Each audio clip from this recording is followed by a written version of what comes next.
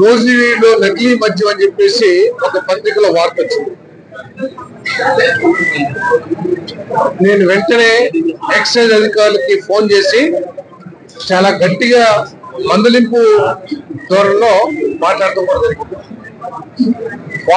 నేను అడిగాను, మీరు ఆ విలేకరు దగ్గరికి వెళ్ళి ఎవరైతే రాశారో ఆ విలేకరు దగ్గరికి వెళ్ళి ఆధారాలు ఎందుకు సేకరించలేదు?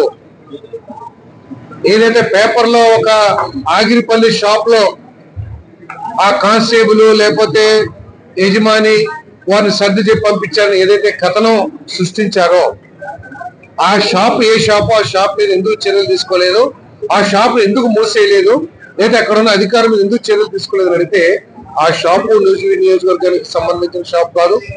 మరి అదేవిధంగా మరి నూజివీడు ఆగిరిపల్లి బార్డర్ అని చెప్పారు. ఎక్కడా కూడా నూజివీడు గన్నవరం నియోజకవర్గాల బార్డర్ అని చెప్పారు. ఎక్కడా కూడా ఇప్పుడు దాకా ఆధారం దొరకదని చెప్పారు. నేను వెంటనే అధికారులు ఎక్కడున్నా కూడా ఆ విలేకరుని అడగండి, మీ దగ్గర ఉన్న ఆధారాలు ఏమిటి వాళ్ళు చెప్పండి, వెంటనే చర్యలు తీసుకుంటామని చెప్పాము. కానీ ఏదో సోషల్ మీడియాలో వచ్చిందంటే పేపర్లో రాశారని చెప్పారు. దయచేసి మీకు మీ వ్యక్తిగత భావనలు లేతే కొంతమంది ప్రజాపతి మీద మీకు వ్యక్తిగతమైన ఇష్టాలు అయిష్టాలు ఉండొచ్చు, కానీ మన నూజివీడు ప్రతిష్టను దెబ్బతీయడానికి ప్రయత్నం చేయొద్దని చెప్పేసి నేను మనసారా కోరుకుంటూ ఉన్నాను. ఒకవేళ అదే ధోరణి కొనసాగించినట్లయితే ప్రజలు కూడా ఎదురు తిరిగే పరిస్థితి ఉంది. అటువంటి పరిస్థితి రానియొద్దని చెప్పేసి కూడా నేను మనవి చేస్తాను.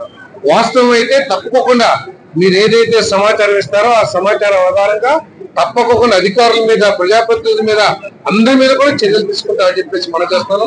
ఇటువంటి వార్తలు రాసే ముందు 1-2 సార్లు డిపార్ట్మెంట్ ద్వారా మరి గవర్నమెంట్ ద్వారా కూడా ఎన్ష్యూర్ చేసుకుని ఈ వార్తలు రాస్తే బాగుంటుందని చెప్పేసి మనం చేస్తాం.